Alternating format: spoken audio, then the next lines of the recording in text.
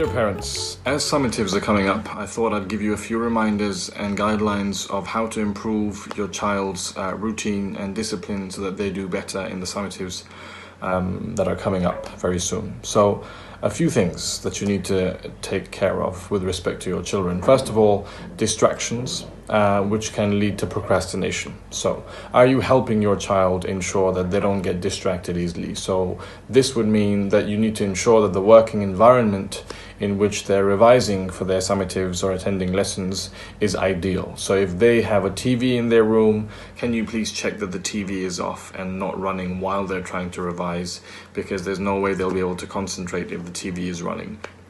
Or if they have a PlayStation and they sort of have a game paused and they're trying to study in between, that's not ideal either.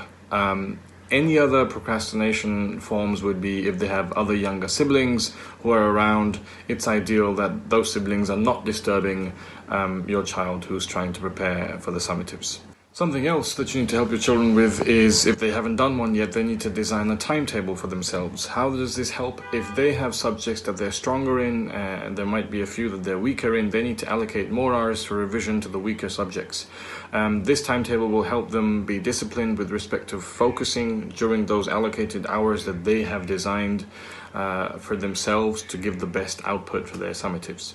So the summatives are starting kind of next week, but primarily post-Eid as well, so it's probably best to just do it this weekend and get started once the timetable is made. Discipline with respect to electronic goods. I've spoken about this before. If you could kindly take them away at night, because otherwise they won't get into the habit of a good sleeping cycle.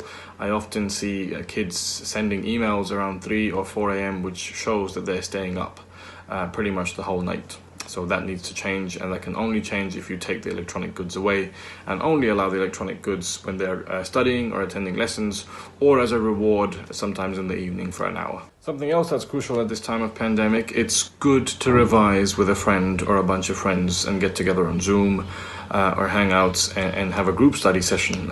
Your children are children. You know, even us adults are struggling mentally, and the kids who would usually be out and about, running around in the school field, have zero freedom. For them, this is much more difficult. To have that interaction with their friends is something they need and will be beneficial. So if they have some group study time, you should encourage that. That would help. Also, if they get stuck, they can ask each other questions. Someone might be strong in one subject but weak in another, so they can help each other accordingly, and that's something that can be put to good use.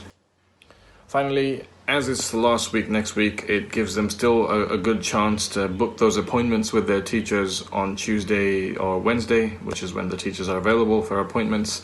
So if they still have any burning questions about a subtopic within a specific subject, they should get in touch with their teachers. Please remind them those days are available. And also, this is something I've said before as well, a reward system. So don't just have this notion of, have you done your homework, have you done your homework, or have you finished everything? You should say, hey, you've been working for a long time, why don't you take a break, and why don't you get on your PlayStation or something for a bit, or just give them their laptop for them to watch a movie or something. If you have that system, this works especially with younger kids. If you have this reward system, then it's something to look forward to while you're studying as well, so that studying just doesn't seem overwhelming. Hope all of this helps. If you have any questions, I'm just an email away. Please let me know, or feel free to call me on WhatsApp.